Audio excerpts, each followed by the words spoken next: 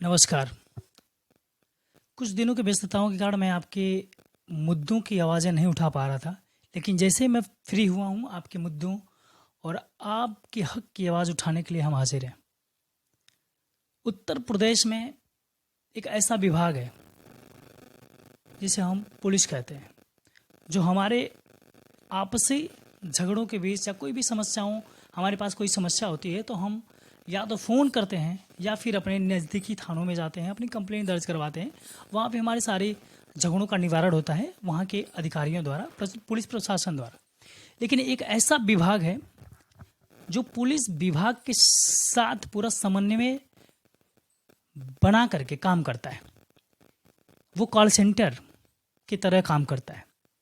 यानी जब हम फ़ोन करते हैं, हमारे साथ कोई कंप्लेन होती है, जब हम फ़ोन करते हैं डायल 100 में, तो उसमें जो काम करने वाली जो लड़कियां हैं वो आउटिंग आउटसोर्सिंग के माध्यम से रखी गई, यानी संविदा पे रखी गई हैं। कुछ दिनों में उन्होंने मांग किया कि हमें हमारी जो सैलरी है वो ये अच्छी कम से कम 18,000 प्रति महीने के आसपास हो, क्योंकि 11,000 के आसपास में उनकी प्रति माह सैलरी थी। उन्होंने 18,000 रुपये के प्रति माह सैलरी का डिमांड रखा, साथ में एक अस्थायी नौकरी की डिमांड रखा।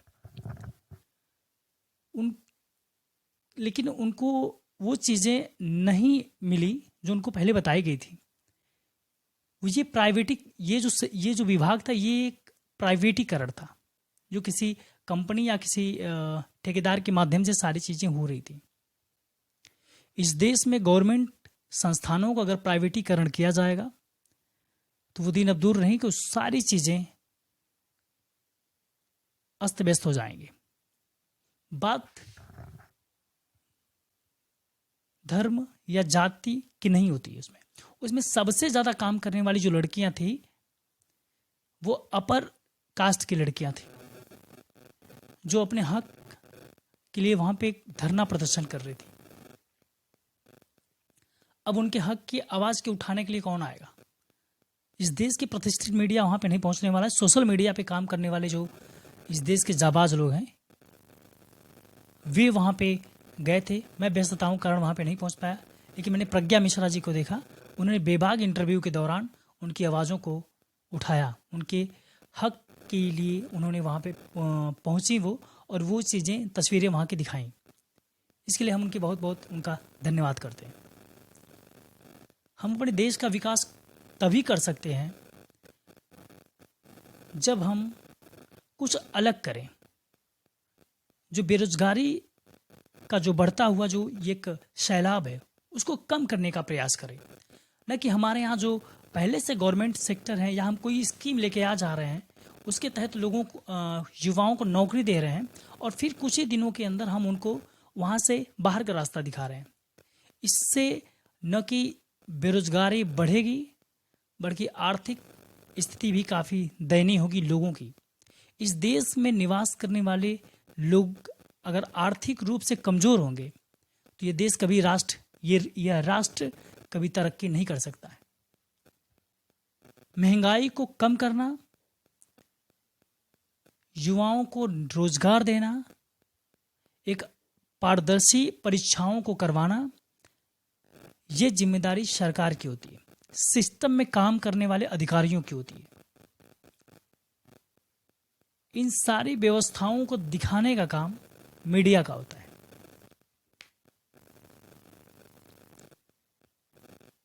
गरीबों के बच्चे कई सालों तक मेहनत मजदूरी करके तैयारी करते हैं, लेकिन जब पेपर लीक हो जाता है कुछ चंद लोगों की वजह से लाखों लोगों की मेहनत पानी मिल जाती है। लाखों लोगों की मेहनत, वर्षों की मेहनत चंद घंटों में पूरी अस्त व्यस्त हो जाती है, नष्ट हो जाती है। तो इस देश की उन पार्टियों से ये निवेदन है कि कम से कम अपने इस देश के युवाओं के भविष्य के साथ खिलवाड़ ना करें। आपके लिए पार्टी कुर्सियां आती जाती रहती हैं। कुछ लोगों का एक भविष्य होता है छोटी सी नौकरी पाने का। वे उसी नौकरी में अपना पूरा जीवन यापन करने के लिए तैयार रहते हैं। पुरानी पेंशन जो योजना थी उसको बहाल किया जाए, जिससे आने वाला मनुष्य के जीवन का जो चौथा स्थान होता है या जो स्तर होता है या अवस्था होती है, जो चौथी अवस्था होती है, वो पेंशन के माध्यम से बड़े आराम से गुजर जाती है। और अगर पुरानी पेंशन नहीं रहती है, उनको विभिन्न समस्याओं का सामना भी करना पड़ता है। इस देश के विकास के लिए सबसे जरूरी चीज़ है महंगाई को कम करें, उच्च शिक्षा प्रणाली का सृजन किया जाए, तब जाकर के इस देश में और इस राष्ट्र में एक अच्छा माहौल और स्तर बनाया जा सकता है। खेल विभाग में ग्रामीण स्तर पे ऐसे बहुत से बच्चे हैं जिनके अंदर बहुत सारी प्रतिभाएं हैं। ज़रूरत है उन्हें ब्लॉक स्तर, तहसील स्तर, डिस्ट्रिक्ट स्तर, जिला स्तर, वही या उसके बाद स्टेट लेवल तक के प्रतियोगी खेलों का आयोजन किया जाए, प्रतियोगिताओं का, जिससे उनके अंदर जो प्रतिभा है वे निखर कर सामने आए। उन्हें एक अच्छा प्लेटफॉर्म मिले जिससे अपने देश, अपने राष्ट्र, अपने जिले, अपने गांव और अपने समाज का नाम वो रोशन कर सके।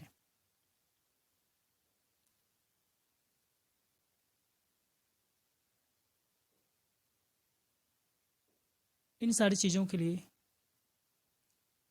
सबसे बेहतर चीज़ है अपने देश के प्रति ईमानदारी से काम करना।